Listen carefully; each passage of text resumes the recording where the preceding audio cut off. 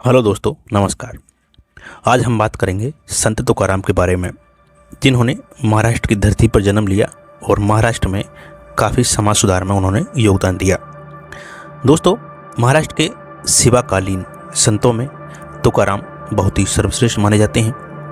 अपनी निर्मल भक्ति और सहज योजनाओं बातों के कारण तुकाराम ने वहाँ की जनता के हृदय में बहुत जगह बना ली थी। सचमुच वारकरी मत मंदिर के कलश वह सिद्ध हुए। दोस्तों, तुकाराम का जन्म एक संभ्रांत कुणबी परिवार में महाराष्ट्र के देहू नामक स्थान पर 1608 में हुआ। उनके पिता का नाम बोली और माता का नाम कनकबाई था। तुकाराम अपने पिता की 5 संतानों में से दूसरे थे। 13 वर्ष की आयु में गृहस्थी के कारोबार में लगे और 17 वर्ष की आयु में इनके माता पिता का देहांत हो गया। तुकाराम की पहली शादी रुखवा से हुई थी, जिससे एक पुत्र हुआ था। रुखमा दमे से बीमार थी, इसलिए दूसरा विवाह जीजाबाई से किया, जिससे 6 संतानें हुई। तुकाराम 21 वर्ष की अवस्था तक किसी तरह परिवार को चलाते रहे, लेकिन उनके सामने एक से एक कठिनाइयां आती गई, जिससे वे विचलित हो गए। पहले 2 वर्ष तक अकाल का प्रकोप रहा, फिर हैजे की महामारी फैल गई। तुकाराम की पत्नी भूख से मर गई, एक पुत्र भी मर गया। ससुर ने 200 रुपये दिए, किंतु किसी ने ठग लिए। उनके बड़े भाई की पत्नी का देहांत हो गया। इन घटनाओं से तुकाराम ने विरक्त होकर सन्यासी बनकर घर छोड़ दिया। तुकाराम की पहली पीढ़ी में 7 पीढ़ियों से विठ्ठल भक्ति चली आ रही थी। तुकाराम की जो फैमिली थी वो विठ्ठल भक्ति में लीन रहती थी, यानी उनकी पूजा पाठ करते थे। वह भी उसी मार्ग की ओर चल पड़े। उन्होंने भी अन्य दूसरे संतों की भांति पंढरपुर की यात्रा तथा पंढरीनाथ का गुणगान करने में ही अपने जीवन का उद्देश्य बना लिया। तुकाराम के अभंगों से पता चलता है, यानी उनके गायन से पता चलता है कि अभंगों के रचने की प्रेरणा उन्हें संत नामदेव से मिली। दोस्तों, उन्होंने हजारों अभंगों की रचना की। उन्होंने आस्तिक नास्तिक सज्जन दुर्जन सबको भागवत धर्म का सरल मार्ग बताकर दुनिया के भव रोगों से मुक्ति का एकमात्र मार्ग भक्ति को औषधि बताया। तुकाराम अन्य मराठा संतों की भांति संकीर्ण हृदय नहीं थे। वे हिंदुओं और मुसलमानों को निकट लाना चाहते थे। वे हिंदुओं की मूर्ति पूजा, अंधविश्वास, जातिवाद, जाति पाति, तीर्थ यात्रा का जहां विरोध करते थे, वहीं इस्लाम की असहिष्णुता को भी पसंद नहीं करते थे। दोस्तों, उन्होंने वारकरी संतों में ऐसा वातावरण पैदा किया, उनमें वंश समूह, जाति, वर्ण, संप्रदाय और धार्मिक कट्टरता विलीन हो गई।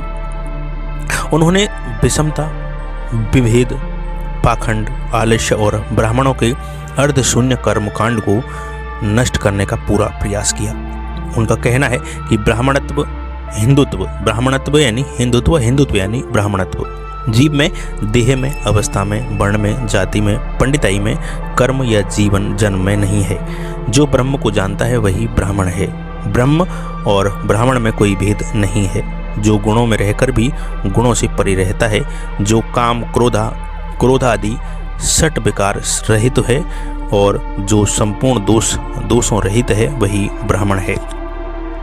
लेकिन ऐसा बिल्कुल अभी नहीं है। यहाँ पर जाति से ही ब्राह्मण होता है, कर्म चाहे कैसा भी हो। बाबा साहब अम्बेडकर ने सबसे बेहतरीन कर्म किए, क्या वो ब्राह्मण बन गए? नहीं। जाति वर्ण व्यवस्था के तुकाराम आलोचक थे, बुराई करते थे, घोर विरोधी थे। एक स्थान पर उन्होंने लिखा भी है कि वर्णाश्रम का उन्होंने कभी समर्थन नहीं किया। वर्णाश्रम का समर्थन नहीं करने से इसका मतलब प्रकृति का विरोध नहीं होता।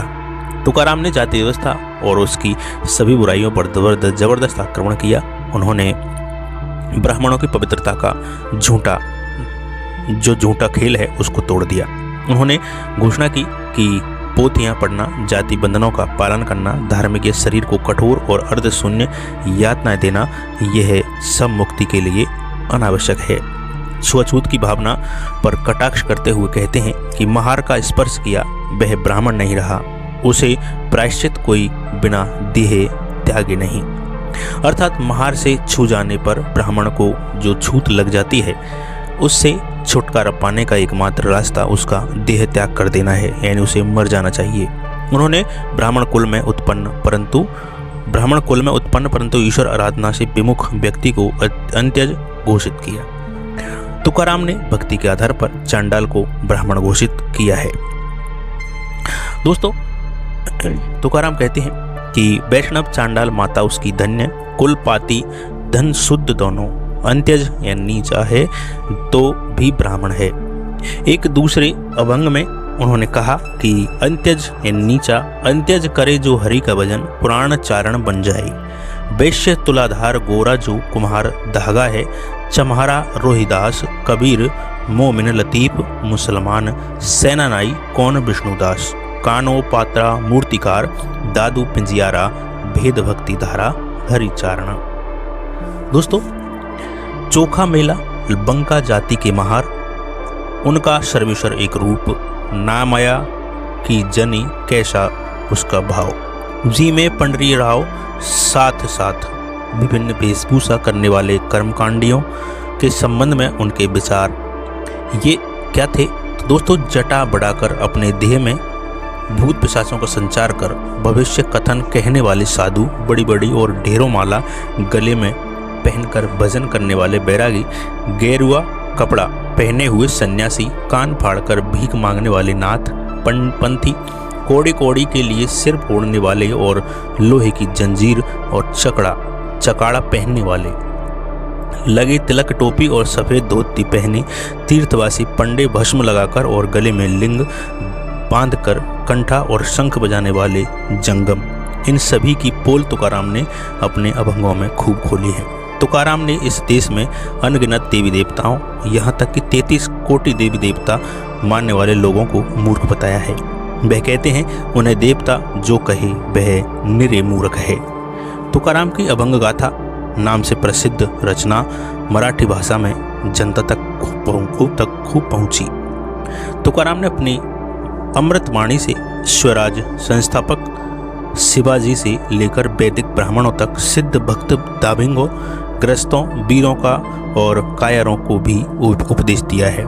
अभंगों के द्वारा देशभक्तों, बारकरियों और धारकरियों, सिपाहियों को भी अपनी वाणी में उपदेश दिया है। उन्होंने एक अभंग में नानक देव, नामदेव, एकनाथ और कबीर को कुशल खिलाड़ी बताया है। कहा जाता है कि तुकाराम के भजन सुनने एक बार छत्रपति शिवाजी महाराज गए। शिवाजी उनके भजन सुनकर बहुत ही आनंदित हुए और तब तुकोबा ने उन्हें मधुर उपदेश देकर कर्तव्य के प्रति सजग रहने को कहा। शिवाजी ने उन्हें कई उपहार दिए, जिसे तुकोबा ने उन्हें लौटा दिया। तुकोबा यानी तुकाराम। तुकोबा जी की गुरु भक्ति अपार थी। 42 वर्ष की आयु में ही तुकाराम जी का संसार से छोड़कर जाना बहुत ही दुख व्यक्त करना है। तो दोस्तों, ये थे तुकाराम, जिनकी जीवन शैली बहुत ही शुरुआत में जटिल थी, उसके बाद में उन्होंने भक्ति मार्ग अपनाया और लोगों को ज्ञान देना, लोगों को सामाजिक उत्थान पतन के बारे में बताना। शिवाजी महाराज के कार्यकाल में इनका भी कार्यकाल चल रहा था, तो शिवाजी इनसे काफ़ी खुश थे और इनके भजन सुनने के लिए जाया करते थे। तो मिलते हैं किसी अगले वीडियो में। आपको संत, गुरुओं, महापुरुषों, बहुजनों के उनके बारे में हम बताते रहते हैं। बहुजन क्रांति में, बहुजन सत्ता को हासिल करने में हमारे बहुजन क्रांतिकारियों, गुरुओं और जितने भी हमारे समाज में कितने उपदेशक रहे हैं या समाज सुधारक रहे हैं, उनकी गाथा पढ़ने में और पढ़ाने में, उनकी जो भी है क्रांतिकारी जीवन उनको बताने में आपको हमें हर्ष होता है और आपको जानना भी चाहिए, क्योंकि जब तक आप इतिहास नहीं जानेंगे तब तक आप इस देश में अपनी सत्ता स्थापित नहीं कर सकते। दोस्तों, मिलते हैं किसी अगले वीडियो में। जब तक के लिए आप सुरक्षित रहें, सावधान रहें, पेड़ लगाना ना भूलें। जय भीम, नमो बुद्धाय, जय संत तुकाराम।